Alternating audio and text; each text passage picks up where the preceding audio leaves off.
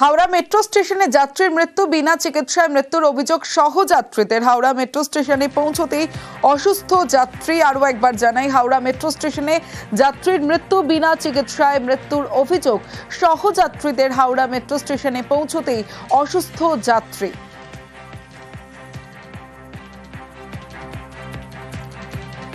রাজ্য বিদ্যুৎ পর্ষদের অ্যাসিস্ট্যান্ট ইঞ্জিনিয়ারের মৃত্যু। আরো বিস্তারিত জানাবে আমার সঙ্গে দেবাশিস চক্রবর্তী রয়েছে। দেবাশিস, দেখো, যেটা তার যে সহকর্মী যারা, তাদের যেটা অভিযোগ, যেটা হচ্ছে ত্রিবেণী থেকে তিনি আজকে করুণাময়ীর উদ্দেশ্যে রওনা দিয়েছিলেন, হাওড়া স্টেশনে আসেন এবং সেখান থেকে হাওড়া মেট্রো স্টেশনে ট্রেন ধরার জন্য যখন সিঁড়ি দিয়ে উঠতে যান এবং লিফটে ওঠেন, সেই সময় অসুস্থ বোধ করেন এবং তারপরে সে অসুস্থ বোধ হয়ে সেখানে পড়ে থাকে।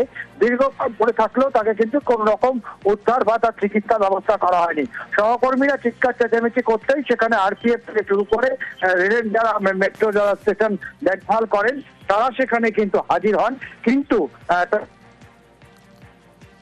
শোনা যাচ্ছে দেবাশিস?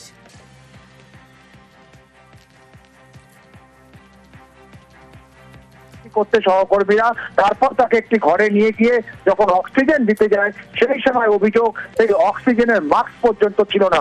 দীর্ঘ ৪৫ মিনিট হাওড়া মেট্রো স্টেশনেই তাকে রেখে দেওয়া হয় এবং পরবর্তীকালে হাওড়া হাসপাতালে নিয়ে এলে তাকে মৃত বলে ঘোষণা হয়। ফলে মেট্রোর বিরুদ্ধে একদম চরম গাফিলতির অভিযোগ ওঠে সহকর্মী বা রেল যাত্রীদের তরফ থেকে। অবশ্যই ৯:৩৫ নাগাদ আমি যখন মেট্রো ধরার জন্য নিচের লিফটের কাছাকাছি পৌঁছেছি, দেখলাম বিশ্বজিৎ পাকরাশি, যে কিনা আমাদের WBA-CTCL এর একজন অ্যাসিস্ট্যান্ট ইঞ্জিনিয়ার, তাকে দেখছি পড়ে আছে প্রায় সেন্সলেস। তাকে কিছু সহযাত্রী জল টল দিচ্ছে, ধাক্কা টাক্কা দিলাম, দেখলাম কোনো সেন্স নেই। তখন আমার মনে হলো যে হয়তো বা স্ট্রোক হয়েছে। তো আমি চেঁচামেচি করলাম যে আপনাদের মেডিকেল কে অ্যাসিস্ট্যান্টস আছে তাদেরকে নিয়ে আসুন। মুখ চাওয়াচাবি, কেউ নেই। ডাক্তার এসে ফার্স্ট ওদের যে টেস্ট থাকে সেটা করেই বললো যে নট ডেড। একদম টোটাল নেগলিজেন্সি।